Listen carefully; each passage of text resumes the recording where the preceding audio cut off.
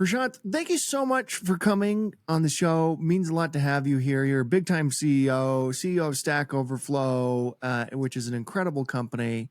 It might be useful for those who don't know, which I would be surprised if people don't know Stack Overflow, honestly, who don't know about what your company does and how you became the CEO. If you could give us, maybe we start there. Yeah, sure. Stack Overflow is the world's largest software developer community. We serve about 100 million people from all around the world, and we've been around since 2008. So it's about 16 years going right now. So we are very privileged to serve folks in about 185 countries. And the reason why we're so popular is because we have the world's largest knowledge base of technology information. So we have close to 60 million questions and answers on every possible programming language and scripting language, etc. And that's the foundation at the heart of the company. And then beyond that, of course, we have several products that we sell into companies, including an enterprise version of Stack Overflow that's used as a very accurate knowledge store of information and knowledge within companies. And we have now close to 20,000 customers in that space. And then we have an advertising business because we have so much traffic that comes to our website. And then most recently, we have our AI products, which are called Overflow AI, that are generative AI capabilities that sit on both the public and private versions of Stack Overflow, as well as something called Overflow API, which is all about providing our data set and knowledge base as a service to companies and partners so they can use accurate information in things like model training and other AI use cases. How did the company look in 2008? Was it at like forums? Is that what kind of how it got started? Like almost like a blog and forums? Yeah, great question. I would definitely not describe us as a forum, even though it's a natural place to go. Our founders came together with a very small group of people saying, how do we democratize access to knowledge on all the things that people are frustrated about when writing code, including myself. I never had Stack Overflow when I was writing code back in college in the late 90s. And, it is, for those who have written code, know it's actually back in the day, it was extremely frustrating because you're sort of on your own having to figure out, I missed a close bracket somewhere. And, that's you're pulling out your hair until odd hours of the night and the morning. So I think that was the nexus of coming together in a small but growing, very rapidly growing community, which is like, how do we all work together to put all the common issues that people are encountering to help each other out truly as a based on the volunteerism of the community members, it grew from literally, a small number of Q&A to now 60 million, questions and answers. And the reason why it's not a forum is because it's not an opinion or it's not like a discussion board of any kind. It's very much an accurate knowledge base of like, what is the canonical answer to a question? And there may be multiple answers to a question, but it's peer curated, it's voted by the community, and only the accepted answers are ultimately displayed for people to use in a repeatable sense. So it's not a discussion. It's not like a podcast conversation like this one that just shows up online. It's very much the equivalent of an encyclopedia of information that's very accurate and peer curated by the world's experts. At what point did you get involved? I joined the company in 2019, so almost 11 years after the founding of the company by the two amazing founders, Joel and Jeff. And they brought me on because the phase of the company in around 2018, 2019 was they had a couple of businesses, the advertising business, they had something called a talent business, which was around job listings. But then they realized that there's an opportunity with what I described earlier, which is the enterprise version of Stack, because this problem that we're solving to make sure that people have accurate knowledge inside companies, because those are primarily the issues, finding information that's accurate within companies. It's always a big productivity drain. So they thought that there was a great opportunity for us to go lean into that, and they wanted to bring on somebody that had the ability to scale into a recurring revenue business, et cetera. And the work I'd done at my prior role at another technology company here in Texas was all about scaling and growing a very rapidly growing division of a large company. And that is why they found me, and I was thankful to get the opportunity to make a difference. How do you think? This question is pretty broad and probably has probably take like hours and hours and hours to answer. But how do you think software development has changed since Stack Overflow is founded? Yeah, I think it's a great question. There's always been moments in time where it was the pre and the post. It was never the same after those moments, right? Yeah. Whether that is the internet era or the mobile era or even the cloud, and then Stack Overflow. If you think about the world before Stack Overflow, it were people like me who were in writing code based on my own sort of intuition plus my knowledge plus maybe asking people that I knew around me to kind of help me if I got stuck, or maybe asking a professor if you were in university. That was the pre-Stack Overflow days, and obviously documentation and manuals and all the things that we typically use. Now, and not now, but post founding of the company in 2008 and Stack Overflow, with all this knowledge that started to get documented, it was as simple as people going on to, let's say, your favorite search engine, let's say Google, and typing in how do I spin up XYZ server. And typically the answer was always a Stack Overflow answer that came as the first answer, because it was always accurate and the fastest response. And people use that as a very repeatable and accurate metric because you could trust it, because it came from the world's experts who had basically upvoted the right answer and downvoted the wrong ones. Only the right ones you knew you could rely on it. And then that became the way in which people started writing code. It was less struggling with documentation and textbooks, and now people have been doing that now for almost over since 2008. So since 16 years, and now we are now pivoting to the AI world, where we're basically saying, how do we deliver the same high quality knowledge in the form of a knowledge store to companies and to developers all around the world, wherever they are? If they are going to be spending time in a Gen AI tool, awesome. Let's surface it there. Let's surface it inside an IDE where they're spending a lot of time writing code, or let's surface Stack Overflow content in your Slack instance because you're spending a lot of time chatting with your teammates, or maybe in GitHub Copilot, because that GitHub Copilot does a great job of generating code. Why don't we provide all the context that supports that code that's being generated, so you understand what you're actually generating and you can learn from it and you can debug it and so on. So we just want to be wherever the developer is and wherever the technologist is. And so our model has changed from relying on people to come through let's say a search engine response to our website. That's certainly a lot of people do that and continue to do that, millions of people. But we also want to be in all these Gen AI tools, which is really why we've announced all our partnerships with OpenAI and Google, and soon GitHub and others that we're excited about. What is your sense for the future of AI? Another huge question. Yeah. We're through, a few of us who have been through, as you have, through multiple of these technology transformations. There's always going to be like this adoption curve. And we're very much in the early parts of that adoption curve. If I go take it back to some data, we always conduct our Stack Overflow developer survey every year, and we reach out to call it 60 to 100,000 people a year who respond.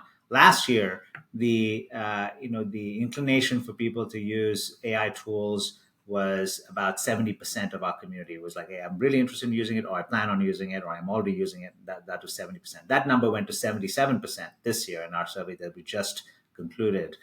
The trust element of how much people trusted what was coming out of the AI tools was around 40% last year, and was exactly the same percentage this year, 40% a year later. So that hasn't changed either, right? Which is like the high inclination to plan on using it, but the inclination to trust the tools were actually not, was not very high. And primarily because people are concerned about accuracy. They don't know where this information came from. It's a black box. It's not citing any of the original sources. Who knows? All those things are obviously concerning when you think about rolling applications into your bank or any other organization that you're part of. But the bigger thing that I thought was quite interesting is that the enthusiasm with AI actually dropped a few percent. Last year, it was about 70.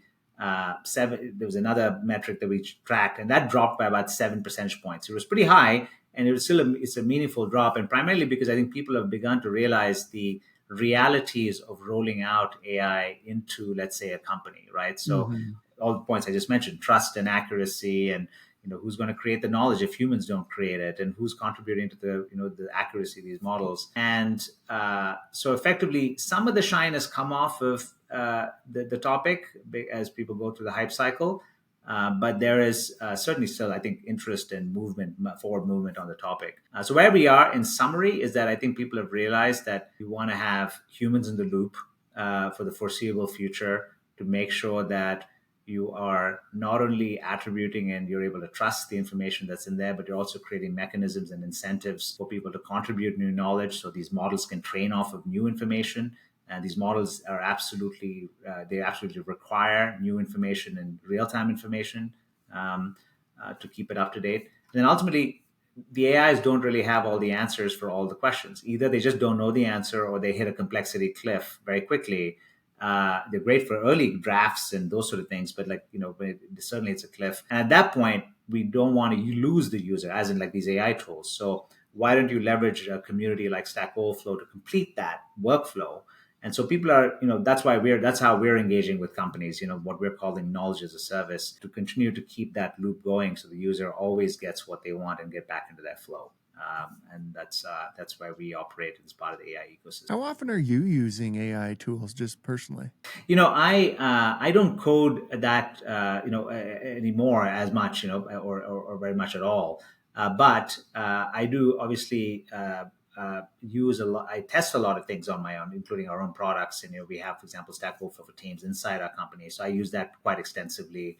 It's got great semantic search functionality, which we've now launched with our customers in our Overflow AI module that now customers leverage. So to find information inside our company, to onboard new people inside a company, I use that all the time, to respond to questions, automatically find things within our own company.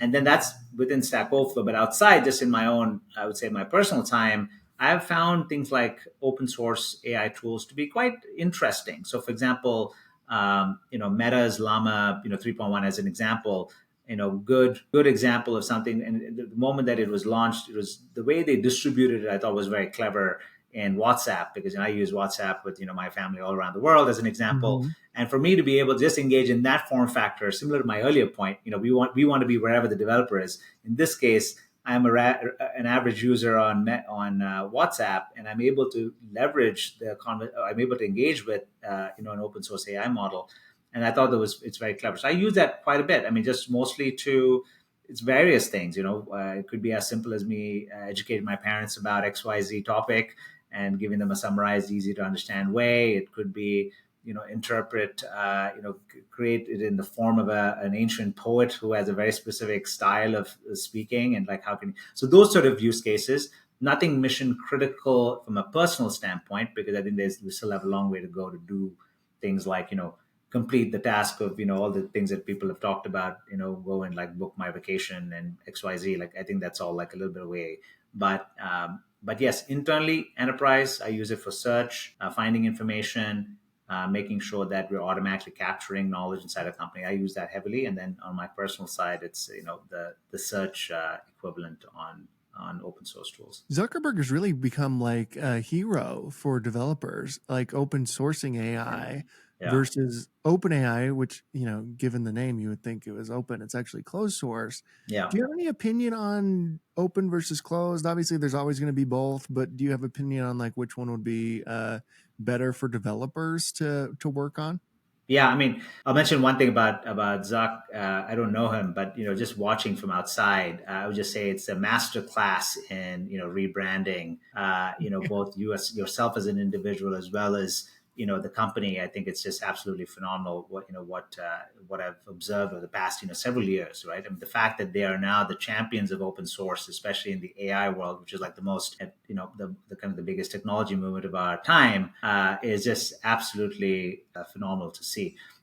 So in terms of open source versus closed source, I mean, given who we are, we're huge believers in open source. Of course, we want to make sure that people have access to information, including, by the way, even in our Overflow API program, where we're actually licensing our data to these big AI providers like OpenAI and Google, Gemini, et cetera. The data that we have for our average community user is always open and accessible and free, and they can use it for all those things. We obviously engage with these companies in commercial contexts because of the integrations I was mentioning previously.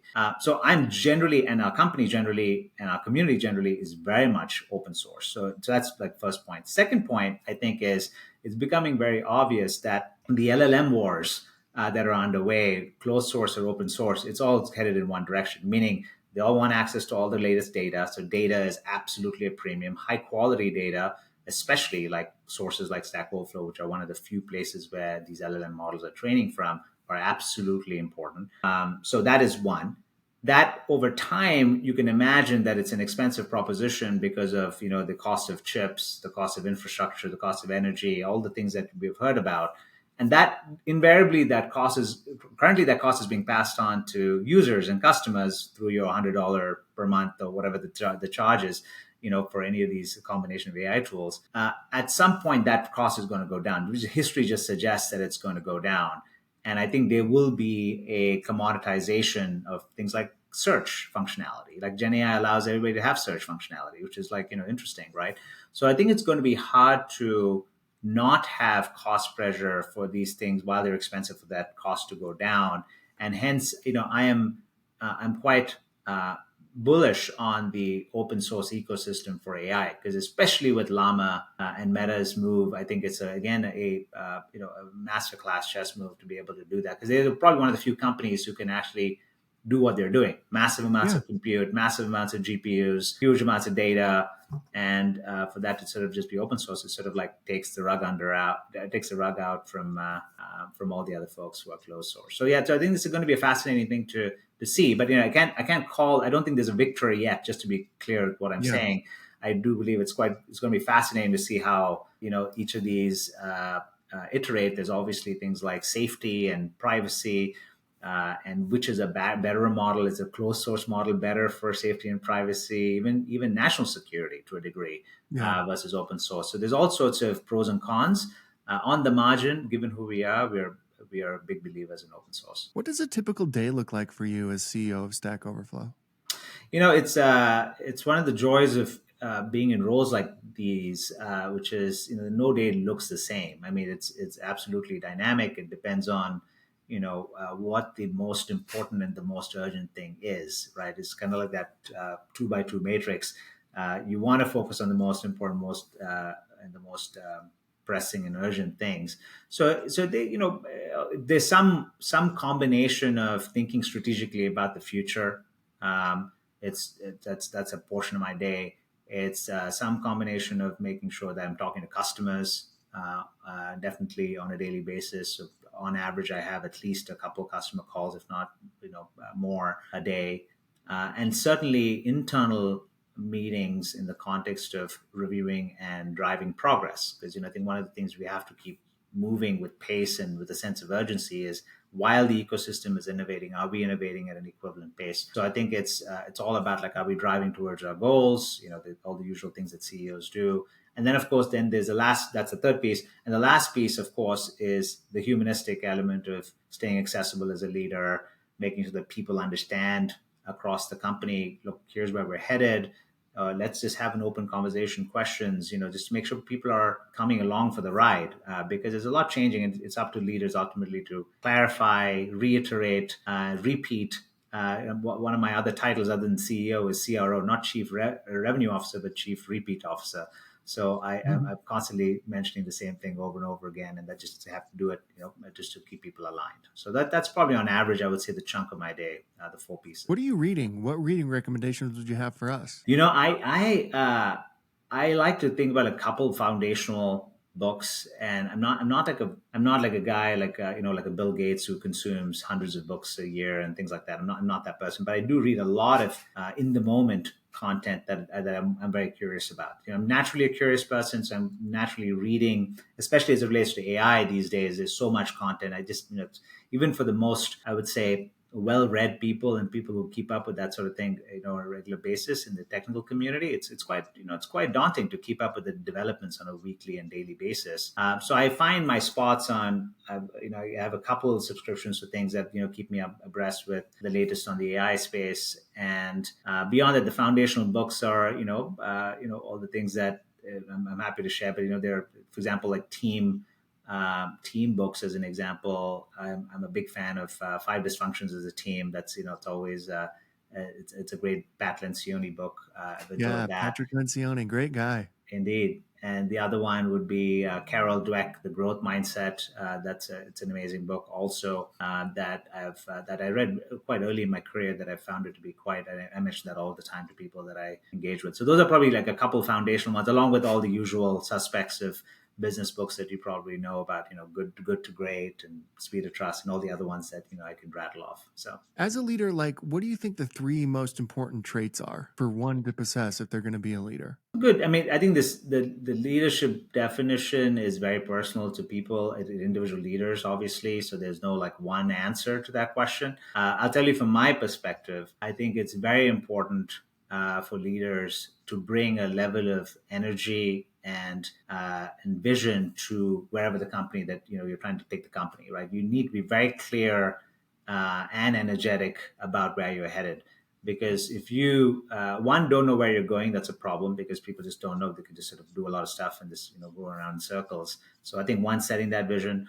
two, really having forward momentum and forward energy, and not just like saying it and talking about it, let's go fast. It's also like operationalizing that energy within the context of the company. And I think that is a second part, is like, how do you have that forward momentum? And the third one is, it's all about like really energizing, I think, the populace to actually like all move in that same direction, right? It's like so it's almost like three parts of like where you're going, how do you making sure that you can drive with energy, and you are like ultimately leading by example. Say we have to go with speed, especially relevant in a company that's let's say in the high growth tech space, etc. And the third one is like, how do you really motivate people and really sort of energize them to follow in that direction. I would say those are the three pieces. What do you think of this kind of new trend? I mean, it's been going on for a while, but relatively new in the history of business, that people look at CEOs and leaders to speak out on things outside of their company. Like you have an opinion on like macroeconomics, political races, what's going on in foreign countries and wars. Like how do you think about that, and how do you manage that? Yeah, it's a great question. I mean, this has obviously been relevant over the past several years, as so many things have happened since the pandemic, or even pre-pandemic, right? It's been happening for a while. I think absolutely. I think CEOs have a responsibility to acknowledge what's going around the world, and I think I think it'd be really. I don't think you'd be authentic as a leader if you did not acknowledge it, and that's important, because these events, while may not be sort of directly relevant to your company, affect people's lives. Ultimately, when people are engaged in your company, they spend, let's call it, whatever, 10 hours or 8 to 10 hours a day at work, right? And a day.